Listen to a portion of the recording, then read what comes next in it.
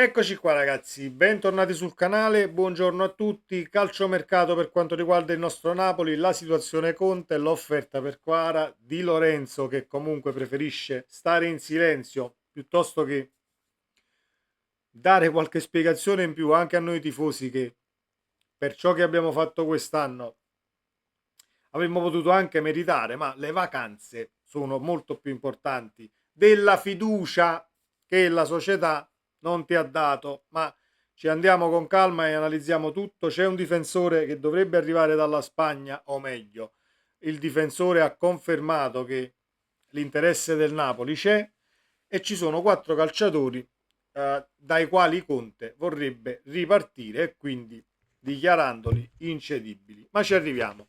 Fatemi sapere cosa ne pensate di questo video. Qui sotto nei commenti ci confrontiamo come sempre anche lì. Iscrivetevi al canale attivando la campanella delle notifiche, passaggio importantissimo per restare aggiornati cronologicamente su tutto ciò che succede sul canale stesso. E partiamo proprio da Kvaratskhelia.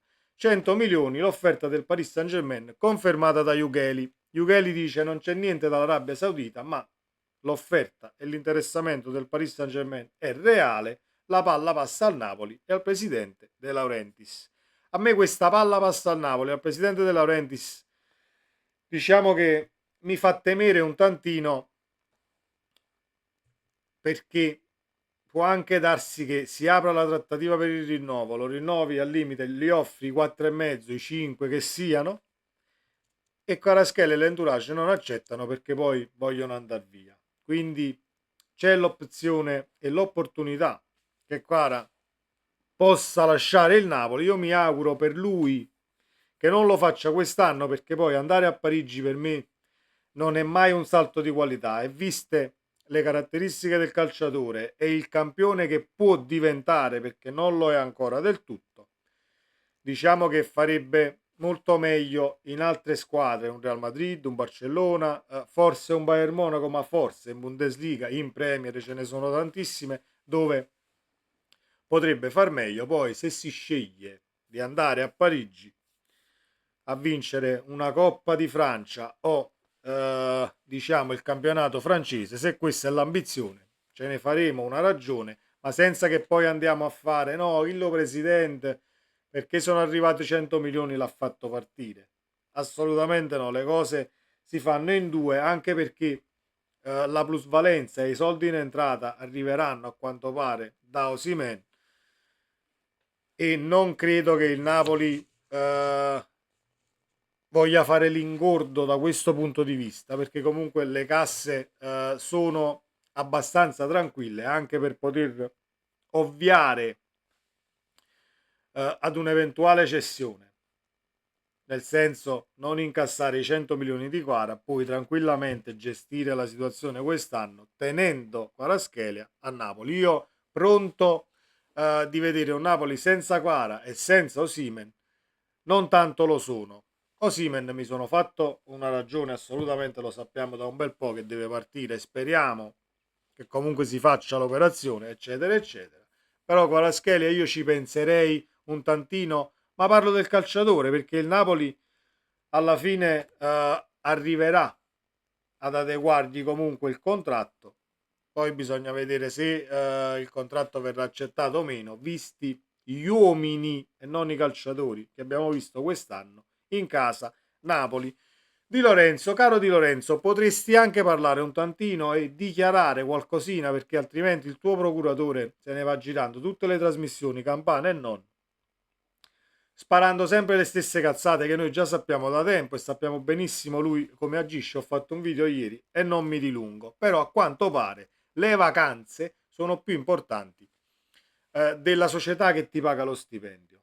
Non voglio fare il tipo che si scaglia contro Di Lorenzo, assolutamente, però essendo il capitano qualche dichiarazione in più ce la meritavamo noi tifosi, al di là della società. Poi se vogliamo parlare di fiducia, la società ti ha dato fiducia offrendoti il rinnovo e tu in fiducia l'hai firmato quel rinnovo a giugno, quindi quando si firmano i rinnovi c'è fiducia, quando le cose vanno male è mancata la fiducia della società e non è così che va. Quindi fatevene una ragione. Si dice che la Juve sia forte sul calciatore, ma non accetti i 20 milioni che il Napoli chiede e voglia inserire qualche contropartita tecnica che possa essere Rugani, addirittura Perin, Moise Kean e quant'altro. Non credo che il Napoli accetti queste condizioni. Poi, se la volontà del calciatore è così forte che vuole andare a Torino, per me abbiamo trovato anche il sostituto di Higuain che scappò,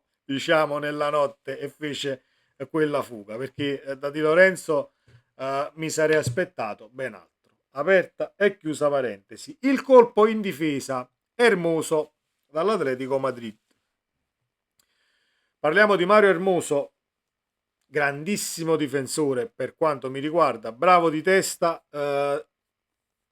ottimo nell'uno contro uno, recupera palloni, un bel tackle difensivo e talvolta molto pulito. Tant'è vero che, se non erro, in 31 presenze in Liga ha beccato solo 9 cartellini, 9 ammonizioni, quindi da difensore è un bel cammino.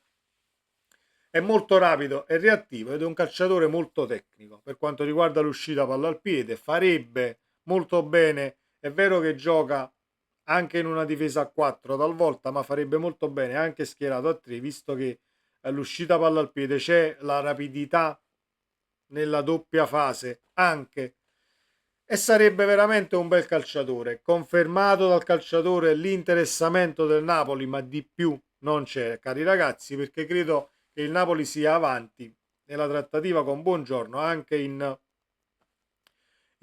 nel lavoro, diciamo, tra Manna e Conte. A quanto si legge, Buongiorno del Torino potrebbe essere uno dei rinforzi e forse Ostigard verrà inserito nella trattativa come contropartita, ma ci saranno sviluppi, li seguiremo e vedremo come andrà a finire. Per quanto riguarda i 4 calciatori sui quali Conte ha posto un veto, vorrebbe ripartire, mettetela come volete, c'è lo stesso capitano, Kvara, Lobotka e Anghissà.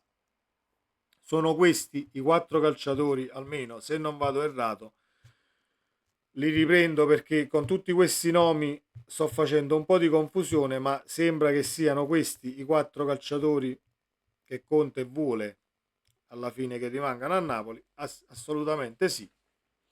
Vedremo poi se la volontà dei calciatori resti quella di voler andare a vestire il bianconero nel caso di Di Lorenzo, o restare a Napoli e giocarsi questa carta con un allenatore vincente che ancora deve firmare sicuramente, ma più passano, con Gabri Vega la situazione era diversa, più passavano le ore e più vedevamo che comunque il Napoli si tirava indietro, c'erano troppi cavilli. Invece guardando anche la situazione tranquillità, tra virgolette, in casa Napoli, mi fa ben sperare che la firma di Antonio Conte possa arrivare non oggi o forse domani, ma a quanto abbiamo letto entro il 2 giugno avremo tutto ben definito.